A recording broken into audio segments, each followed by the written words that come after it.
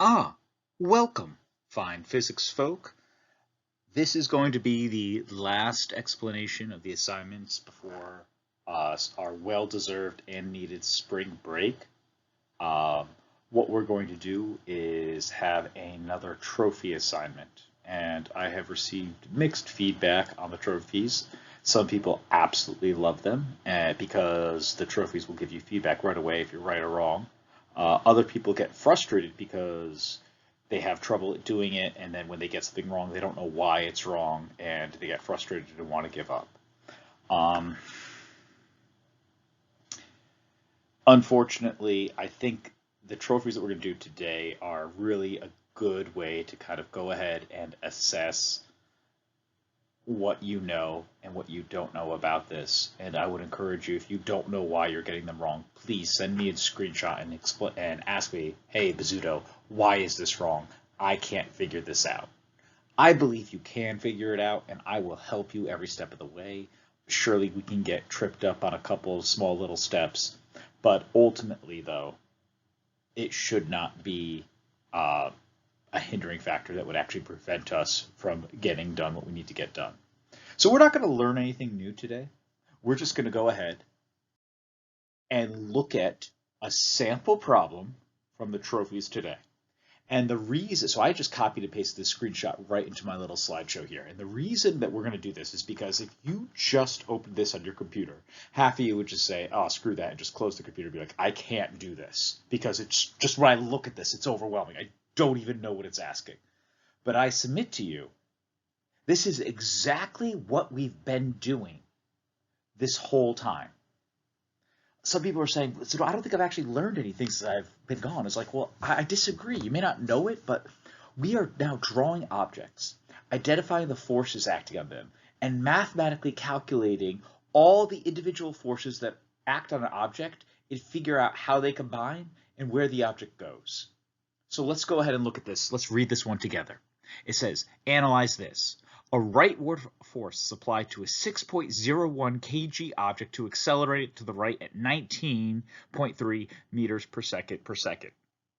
They can't do subscripts and superscripts in this program, so they just do m/s/s. That really means meters per second squared. The coefficient of friction for the object and the surface is 0.583. Complete this diagram. Question. It says the coefficient of friction. The coefficient of friction. Bazzuto, how are we supposed to know that? It doesn't say if it's static or kinetic. But I submit to you that you know which one it is. Because this is moving. It says that rightward force is applied and it accelerates to the right. We know it's moving. So this is actually only talking about kinetic friction. I haven't seen all the questions on the trophies. I've seen most of them. I don't believe static friction is even going to come and play a role in this one. I think we assume they all move. But don't quote me on that. Well, I mean, you're good to quote me on it. I said it, but like, don't hold me to that. There might be one where there's a static friction, but I think they all move. Okay, so here's how this works. You are going to take your mouse cursor and you're going to click on one of these blue boxes, okay? One of these blue boxes. And right now, before I took the screenshot, I was clicked on the mass. And if you look right over here, you can see it says use the number pad to enter the value of mass. So the way this program works is you have to take your mouse, you have to type in the mass. So it actually wants you to type in the mass. Well, how am I supposed to know the mass? Let's give it. It's right here.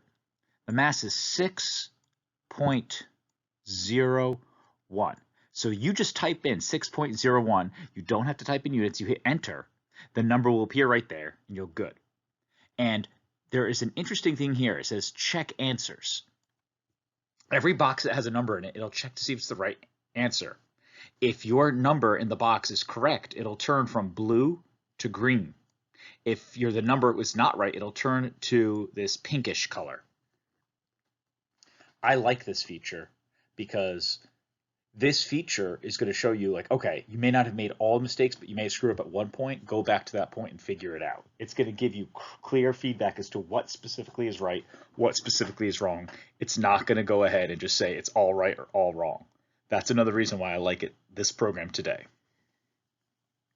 Well, let's keep reading. Let's see what other information we could get from the problem.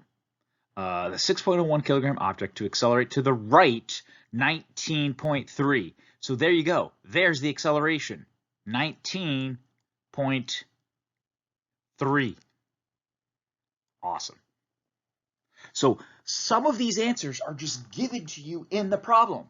For example, the mu sub k, it does expect you to know that this means coefficient of friction is going to be 0.583. Awesome. So far, so good. Okay, those are all the numbers they gave us. So how could we solve this? Look at that, F net, net force, right here. This stands for net force. It's another way of writing net force. I taught you this way, 2 correct, legitimate ways of writing net force. Oh, to get the net force, I could just do FEMA, mass times acceleration. So if I type in 6.01 times 19.3, I'm going to get the net force of 115.993. So just so you know, you're going to have to go ahead and click the box, and then you'll have to type those numbers in the calculator here, okay? Then you hit enter, and then you can hit check, and you can see it turn from blue to green. Awesome. That's the net force. All right. So we have to fill in these 4 boxes up here: the force of gravity, the applied force, the normal force, and the frictional force. We know how to do this. We always know how to get the gravity. How do we get the gravity?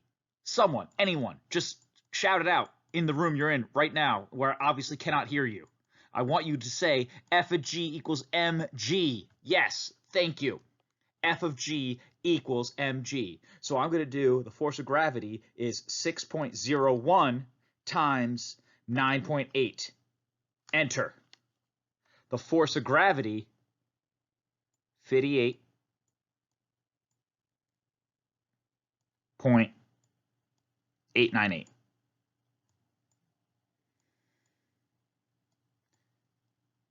Oh, I don't need to write the units because it says the units are all right here. It gives you the units, so you don't have to write units. You don't even have to worry about units. I actually have been writing Mars rover on some people's papers as feedback, but whatever. You don't have to worry about that here. We know that the gravity is 58.898. And for now, the normal force cancels the gravity. So the gravity is 58.898. The normal force is 58.898.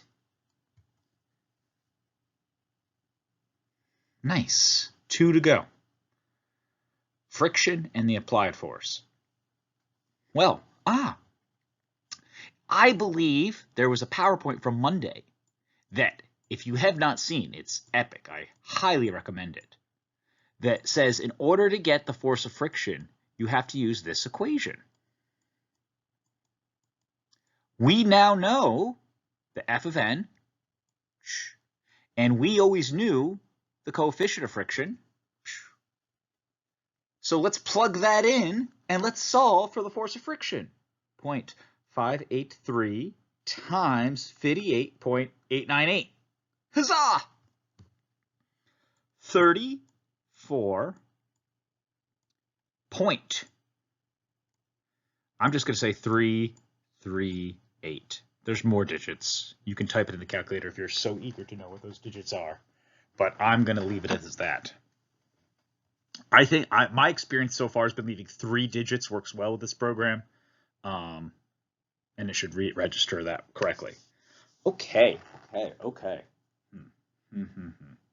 How can I get the applied force or the external push? Got it. If you remember last Wednesday's slideshow presentation, and if you don't, please go ahead and watch that. If you haven't been keeping up on the video series, I would really urge you to get caught up. They're epically exciting. But if you have not been keeping up with it, let's go ahead and remember, we know that the net force, the 115.993, is to the right. We know this because it's going to the right, and this was all positive, and we had a positive answer, so it's going to the right. So what we do is treat it like vectors. We know that this is x, the friction is x, and the applied force is x. And when I add those two up, they have to equal the net force. So the friction is going left. So the friction is going to be negative. So I'm going to write negative 34.338. That's the x of friction. The x for the applied force is, I don't know, it's some variable, but it's going to be to the right, so it's going to be a positive. It's got to equal a positive 115.993.